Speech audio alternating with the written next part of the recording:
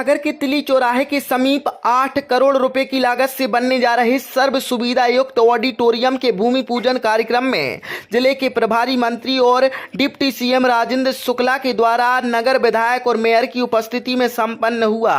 नगर निगम द्वारा बनाए जाने वाले इस 400 सीटर ऑडिटोरियम की विस्तृत कार्य योजना से नगर निगम के आयुक्त ने सभी को अवगत कराया। मेयर संगीता सुशील तिवारी ने इस अवसर पर कहा कि भोपाल और इंदौर के बाद सागर वह शहर है जिसमें 3 ऑडिटोरियम होंगे, जिसका लाभ कलाकारों, साहित्यकारों और अन्य लोगों को मिलेगा। नगर विधायक ने भी इस अवसर पर सभी को संबोधित किया। वहीं प्रभारी मंत्री राजेंद्र शुक्ला ने इस मौके पर नगर विधायक के द्वारा उनको मिली 15 करोड़ रुपए की राशि में से 8 करोड़ रुपए ऑडिटोरियम के निर्माण में देने पर उनकी तारीफ की, साथ जोर दिया कि समयावधि में तय मापदंडों के अनुरूप इसका निर्माण पूरा हो जिससे लोगों को अतिशीघ्र इसका लाभ मिल सके। उन्होंने स्वच्छता के मामले में इंदौर का उदाहरण पेश कर वहां के लोगों से प्रेरणा लेने हुए सागर को भी स्वच्छ बनाए रखने में योगदान देने की अपील की। नगर पालिका निगम सागर के लिए एक सौगात का दिन है। यहाँ पर जो है 2 ऑडिटोरियम में से एक ऑडिटोरियम का जो है भूमि पूजन जो है हो रहा है, जिसकी लागत सर 8 करोड़ रुपए की है। ये 350 सीटर जो है ऑडिटोरियम एक भव्य ऑडिटोरियम होगा, जिसका कुल कंस्ट्रक्शन एरिया 30,000 स्क्वायर फीट है, जिसका building floor area 10,000 square feet होगा। इसमें तमाम तरह की सुविधाएं होंगी, जिसमें green room, male and female changing room के अलावा stage back side performance room, double height entrance lobby, ये सब चीज़ें होंगी इसमें। तो इसमें आप सभी लोग पधारे, आप सभी लोगों का बहुत बहुत स्वागत है, बहुत बहुत आभार है। धन्यवाद। नगर के लिए बेहद महत्वपूर्ण दिन है। महानगर के सफर पर चल रहे सागर नगर में विकास का ऐसा अध्याय जुड़ रहा है जो आने वाली कई दशकों तक लोगों को बेहद उपयोगी साबित होगा। शहर में पद्माकर सभागार के रूप में एक ऑडिटोरियम पहले से ही है, अब 2 और बनने जा रहे हैं, जिनमें से एक का भूमि पूजन आज हमारे जिले के यशस्वी शुभांकर प्रभारी मंत्री श्री राजेंद्र शुक्ला जी के कर कमलों द्वारा किया गया है। सागर न केवल शिक्षा व साहित्य का केंद्र रहा है, बल्कि एक सांस्कृतिक धरोहर और परंपराओं का संगम भी है। इसके बनने से शहरवासियों को शहर के अलग अलग हिस्सों में ऑडिटोरियम की सुविधा मिलेगी, जहां विभिन्न सांस्कृतिक सामाजिक आयोजन भव्य रूप से हो सकेंगे। रंगकर्म की गतिविधियों को प्रस्तुतियों के लिए नए नए मंच उपलब्ध होंगे। नगर में एक से अधिक ऑडिटोरियम अब तक सिर्फ भोपाल और इंदौर जैसे शहरों में ही देखे व सुने जाते थे, परंतु सबका साथ और सबका विकास के मंत्र पर काम कर रही भारतीय जनता पार्टी सरकार में सागर नगर में भी महानगरों जैसी सुविधाएं उपलब्ध कराई जा रही हैं। भारतीय जनता पार्टी जो कहती है वो करती है।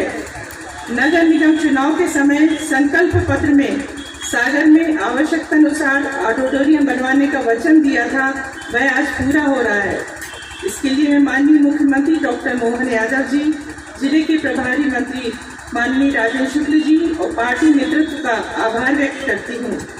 सागर में कोई रविंद्र भवन के अलावा कुछ नहीं था, लेकिन वर्तमान में हमारे पास बहुत सारे लोगों को शायद ध्यान भी ना हो।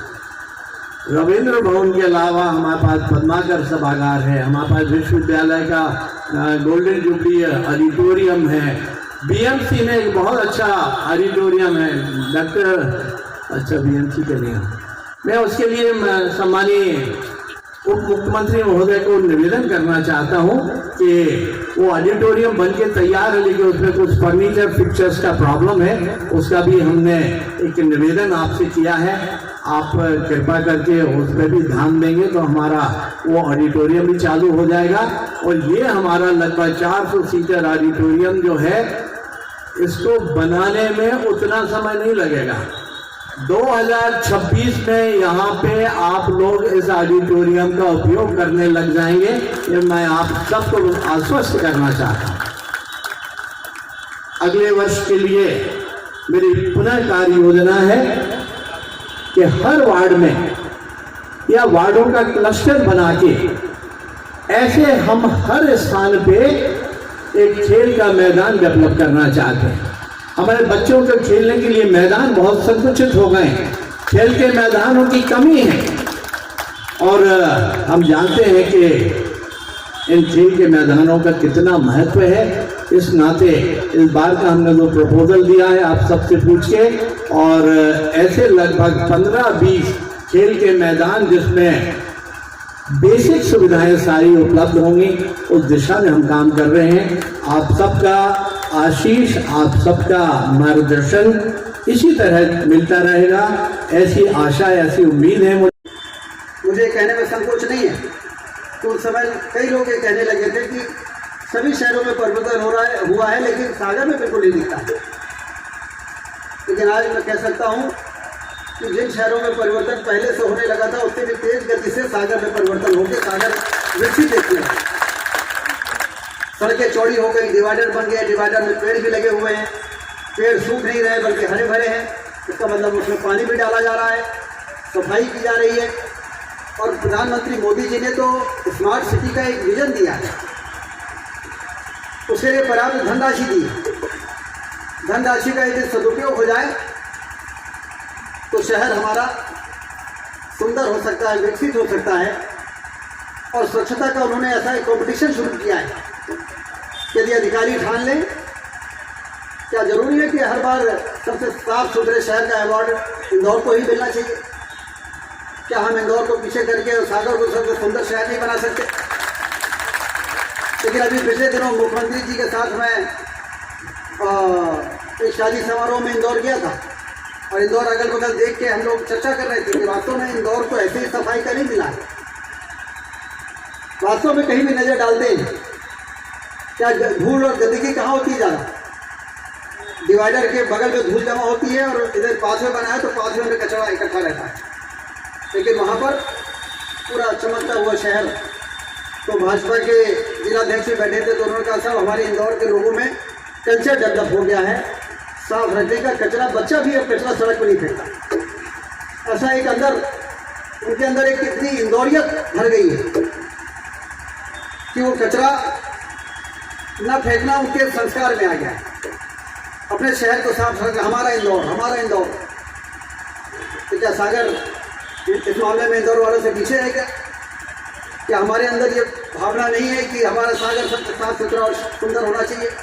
इंफ्रास्ट्रक्चर तो बन जाएगा क्योंकि मोदी जी और मुख्यमंत्री जी इतना पैसा दे रहे हैं। अब हमारा देश गरीब देश थोड़ी रह गया। अब हमारा देश यूके को पीछे करके उससे भी ऊपर हो गया अर्थव्यवस्था के मामले में। 2-3 सालों में जर्मनी और जापान को भी पीछे करने वाला है। अर्थव्यवस्था में हम 11वें नंबर से 5वें नंबर पर पहुंच गए। 2-3 सालों में ही 3रे नंबर पर पहुंचने वाले हैं। और 2047 में विकसित भारत का जो सपना है उसमें अमेरिका, चाइना को भी पीछे करके भारत अर्थव्यवस्था के मामले में नंबर 1 का देश बनके दुनिया का नेतृत्व करे। इसका मतलब हमारे देश में पैसे की कमी नहीं रहने वाली है। और इसीलिए 15-15 करोड़ रुपए विधायकों को दिए जा रहे हैं। 3 करोड़ विधायक निधि और 15 करोड़ अलग से।